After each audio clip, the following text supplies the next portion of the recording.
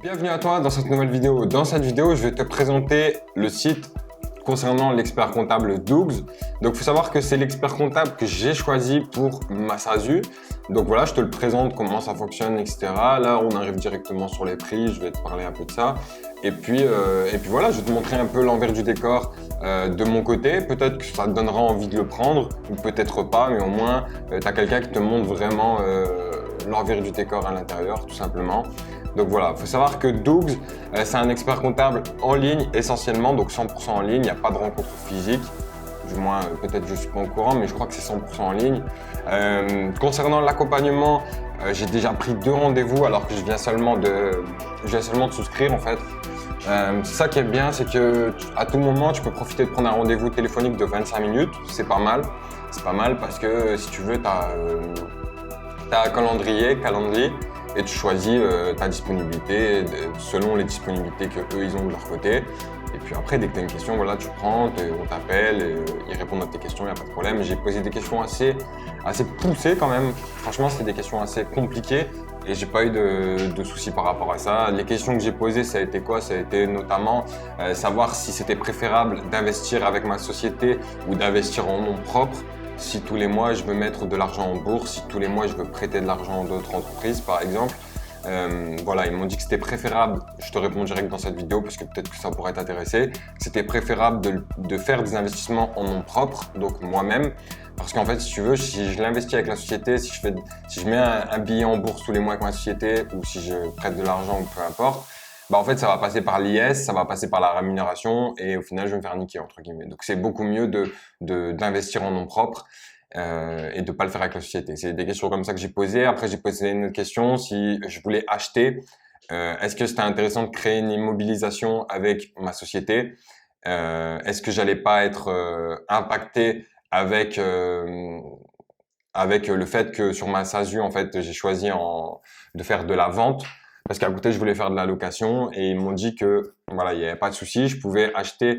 Enfin, ce qu'il fallait que je fasse, c'est qu'en gros, de mon compte perso, je verse de l'argent sur mon compte entreprise, donc ça soit un apport en compte courant d'associé. Ce qui permet quoi? Ce qui permet de m'acheter de l'immobilier, si j'ai envie de m'acheter de l'immobilier, au nom de la société, et la société devra de l'argent à moi-même en nom propre. Là, on parle dans des trucs très très intéressants niveau fiscalité. Pourquoi? Parce que admettons, je mets 10 000 euros dans ma société, moi-même, je fais un apport en compte courant, et ben la société me devra toujours 10 000 euros, que ça soit dans un an, peu importe. Elle me devra toujours ces 10 000 balles. Donc, si la trésorerie de la société le permet, à tout moment, je peux me rendre à moi 10 000 balles sans avoir tout ce qui est charges sociales, de rémunération, etc. Parce que c'est la société, elle me les doit à moi, l'argent, d'accord? Ça, c'est un truc très important à comprendre. Et voilà, donc j'ai su qu'au final, pareil, au final, voilà, si j'achète de l'immobilier avec ma société, si cet immobilier prend une part très importante dans l'entreprise, ça veut dire que si ça représente plus de 25% de mon chiffre d'affaires, il faudra que je change le cabis et les statuts pour indiquer une nouvelle activité dans ma société. Tant que les résultats ne dépassent pas 25% du chiffre d'affaires total, j'ai pas besoin de changer, je peux acheter avec ma société sans problème. Je te parlais de ça rapidement parce que j'ai pris 2 rendez-vous pour 1 ou 2 rendez-vous pour parler de ça et peut-être que ça pourrait t'intéresser de ton côté, j'en sais rien, donc je t'en parle. Voilà, donc on va commencer tout de suite avec le pack essentiel. Le pack essentiel, ça va plus être, je pense, pour les auto-entrepreneurs. Voilà, je pense que ça va être plus pour les auto-entrepreneurs. Voilà, donc ça sera 49 € hors taxe par mois. Le rattrapage, c'est quoi? C'est si en gros tu prends en cours de mois, il y a un petit rattrapage à payer. Voilà. Après, le pack liberté, ça sera plus pour les sociétés. Donc comme moi, par exemple, moi, c'est ce que je paye, 69 € par mois hors taxe. J'ai eu un petit rattrapage de 11,50 parce que je l'ai pris en cours de mois de novembre. Donc voilà. Après, il faut savoir que si tu passes par le lien qui est en description, parce que je t'ai mis un lien juste en dessous de cette vidéo, tu auras 1 mois offert. D'accord? Donc, c'est pas mal quand même, ça te permet d'économiser 1 mois. Donc voilà. Ça, c'est les tarifs. C'est des tarifs quand même assez corrects déjà si on parle uniquement de tarifs là maintenant. Parce que si tu veux, moi j'ai discuté avec des personnes qui ont des business physiques, des coiffeurs, tout des conneries comme ça, voilà, tout des trucs physiques. Et en fait, ces gens-là payent quand même 2 à 3 000 € de comptabilité par an. C'est énorme. Alors que moi, à l'inverse, 69 € hors taxe, ça va faire ça va faire du 82 euros TTC, 83 euros TTC. Et c'est pas mal. 83 euros TTC à l'année, ça fait moins de 1000 euros. D'accord? Quand tu vois qu'il y en a qui payent 2 à 3 000 euros de comptabilité par an, ça va, c'est pas mal. Après, pourquoi c'est ce prix-là? Parce que tout simplement, eux, ils s'occupent de déposer le bilan, le compte des résultats et de faire les déclarations au centre des impôts. Donc ça, t'as pas à te faire chier avec ça. Il y a l'attestation d'un expert comptable. Donc, au lieu de le déposer toi-même, c'est bien que ça soit fait par un expert comptable parce que s'il y a une erreur, c'est lui qui est en cause et pas toi. Quand tu fais ta comptabilité toi-même, si tu fais une couille, on vient te retomber dessus. Quand c'est un expert comptable, c'est lui qui a fait l'erreur, donc c'est lui qui est en cause. Maintenant, aujourd'hui, c'est son métier, donc c'est important à un moment donné de lui déléguer toute cette partie qui est vraiment très importante pour une entreprise. Voilà. Donc niveau tarif, on va dire que c'est vraiment pas mal. Niveau tarif, c'est vraiment pas mal. Maintenant, pourquoi c'est ce prix-là? C'est parce que tu as un petit truc à faire de ton côté. D'accord? Tu as quelque chose à faire quand même. Sinon, ça serait pas ce prix-là. Alors là, je vais te montrer justement au début ce que tu vas devoir faire. Une fois que tu vas t'inscrire, en fait, une fois que tu vas t'inscrire, ce qui va se passer, c'est que eux, ils vont te dire, voilà, bah, vous avez un rendez-vous qui est prévu pour discuter avec vous de votre projet, tout ça. Et tu vas devoir déjà, premièrement, remplir les informations. Je vais te montrer ce que tu as à remplir. Là, en premier lieu, tu vas devoir remettre ta photo. Enfin, si tu as envie, moi, j'aime bien cette photo, donc je la mets. Après, nom, prénom, email, numéro de téléphone. Si tu veux des notifications par email des nouvelles opérations. Voilà, après la société, ça je le passe parce que bien sûr il est caché, mais tu vas devoir remplir les infos sur ta société.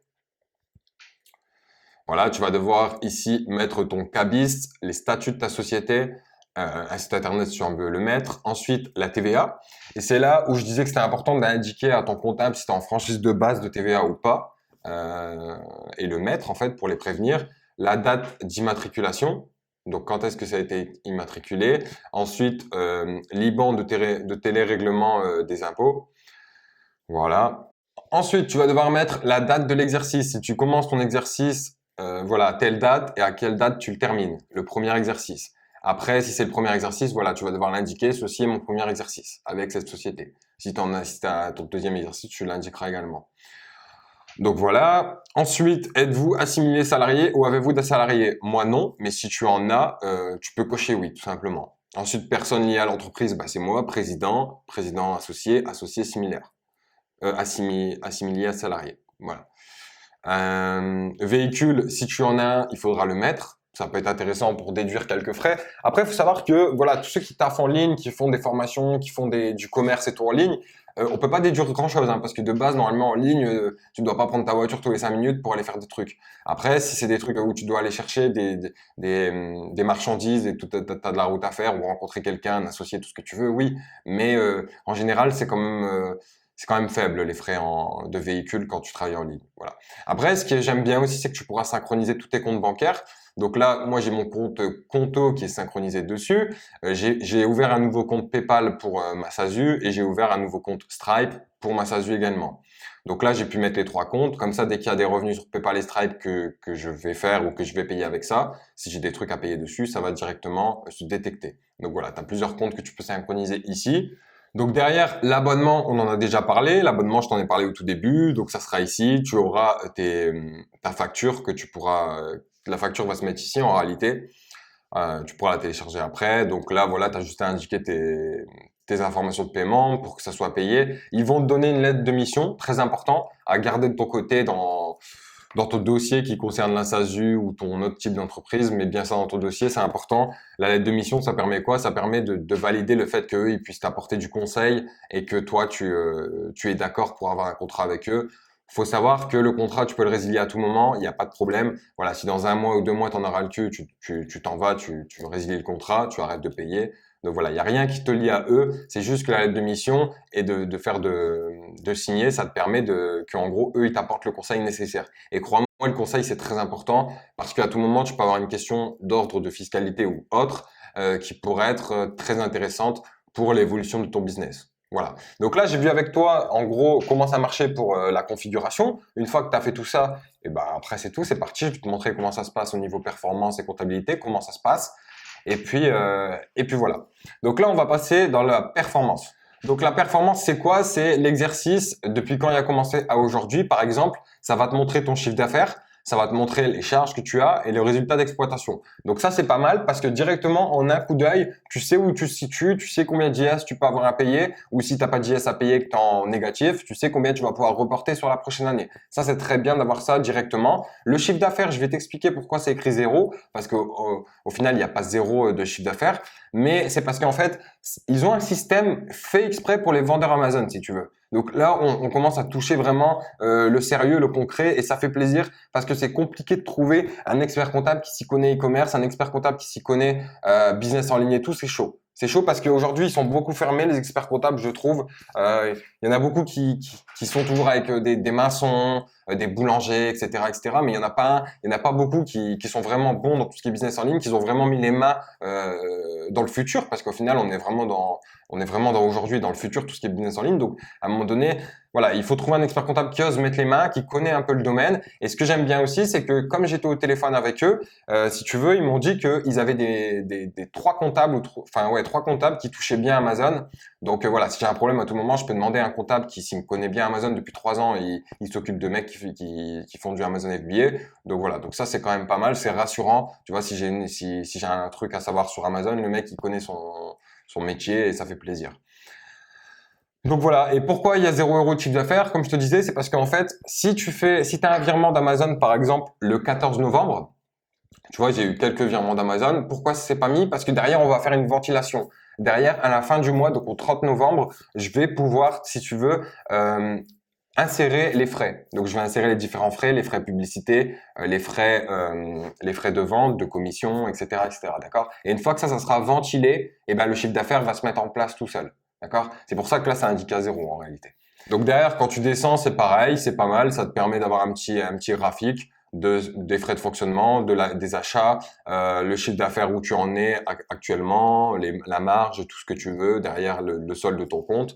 Et voilà. Donc ça, c'était concernant justement voilà, la partie performance, qui est une partie très importante. Hein. C'est vraiment très important de connaître ça, d'avoir une vue sur ça au quotidien pour ton business, pour savoir où tu en es, savoir si c'est rentable, tout ce que tu veux, d'accord? Là, je vais te montrer la partie comptabilité qui est très intéressante également. Ce que j'aime bien avec eux, c'est qu'en fait, comme c'est moins cher, tu dois mettre un peu les mains dans le cambouis, mais comme tu mets un peu les mains, voilà, tu comprends un peu le système, comment ça fonctionne. C'est bien de mettre les mains en fait, parce que c'est bien de déléguer, de tout donner à quelqu'un à faire, je suis d'accord, mais mettre les mains, c'est aussi comprendre comment le truc il fonctionne. C'est-à-dire que à force de faire et de classer tes opérations en fonction d'achat de marchandises, en fonction je sais pas, de matériel, en fonction de tout ce que tu veux, tous des trucs comme ça va te permettre de toi-même par la suite te dire, bon ok, si j'ai une imprimante à acheter, je vais l'acheter avec ma société parce que je vais faire passer en achat de fourniture. Tu vois, ça va te permettre de mettre plusieurs trucs, plusieurs systèmes en place qui au final peuvent être très intéressants. Le but en fait, c'est de faire passer le maximum de charges avec la société. Donc c'est le maximum de fois de payer avec ta carte de société.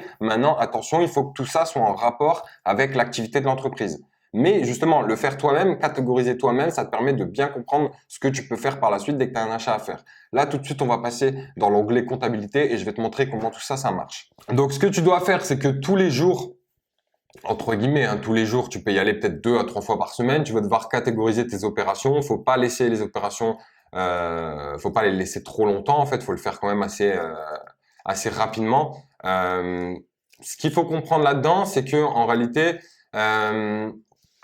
tu vas avoir ta trésorerie, donc l'entrée du mois, les sorties du mois, etc. Et derrière, tu vas devoir catégoriser. Donc là, je vais te prendre un exemple pour tout simplement un paiement Amazon. Donc, je vais me mettre là directement sur le paiement Amazon. Donc là, on va dire que j'ai eu un paiement au 19 novembre d'Amazon Italie. D'accord? J'ai un paiement de 50 balles. Ce qui est bien avec eux, en fait, c'est qu'ils ont fait un système exprès pour Amazon FBA.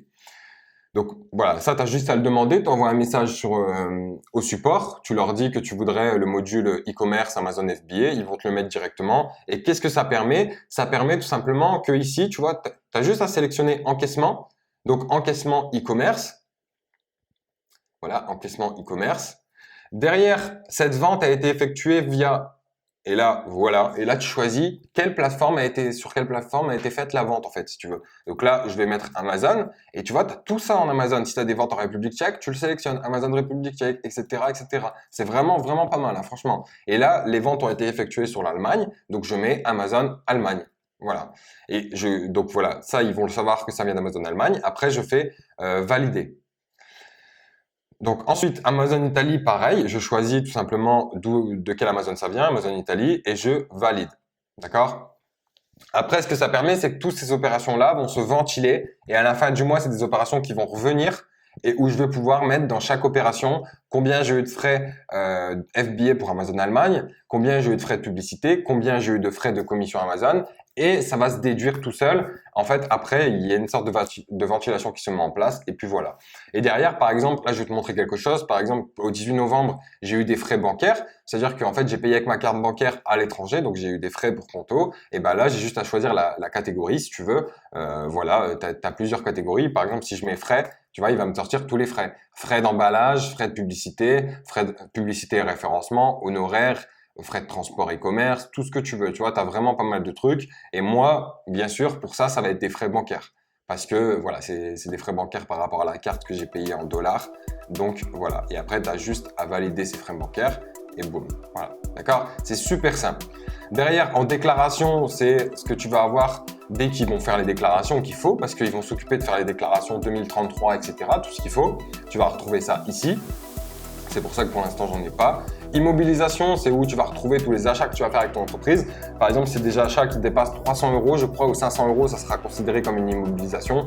Voilà, admettons que tu achètes, je sais pas, un local commercial, un garage, je sais pas, peu importe, si tu achètes un truc avec une forte valeur et que c'est de l'immobilisation, par exemple du stock, ça se situera ici, d'accord? Là, je dois voir justement avec eux pour faire, pour déclarer justement les stocks que j'ai dans l'entreprise. J'attends d'avoir le prochain rendez-vous. Et dans paramètres, on va revenir justement aux informations qu'on a rentrées ensemble précédemment. Mais voilà, c'était juste une petite vidéo. Voilà, elle n'a pas duré trop longtemps. Au final, 20 minutes, c'est pas mal. C'est pas mal, je suis content de moi, 20 minutes, ça va. J'ai pas duré 1 heure dessus. Voilà, donc sache que tu as un lien encore une fois qui est dans la description. Si tu veux gagner un mot offert, vas-y. Après, si tu veux récompenser le travail que j'ai fait à travers le fait de te montrer cette vidéo, à travers le fait de te montrer que voilà, c'était un expert comptable quand même qui était dédié pour Amazon FBA, tu as vu que c'était quand même pas mal. Le fait de pouvoir bien choisir sur quel marketplace tu as fait tes ventes, tout ça. Voilà. Tu as le lien qui est en description. J'espère que cette vidéo t'aura plu. Si tu as des questions, n'hésite pas. Après, j'essaierai de faire une vidéo voilà, au bout de mon bilan, on va dire l'année prochaine, en 2021, milieu d'année, une fois que j'aurai mon bilan à faire, je ferai une vidéo pour montrer un peu comment ça aura évolué sur le site, avec les différentes déclarations, tout ça. Et puis voilà, j'espère que cette vidéo t'aura plu. Je te dis à bientôt pour une prochaine vidéo. Ciao!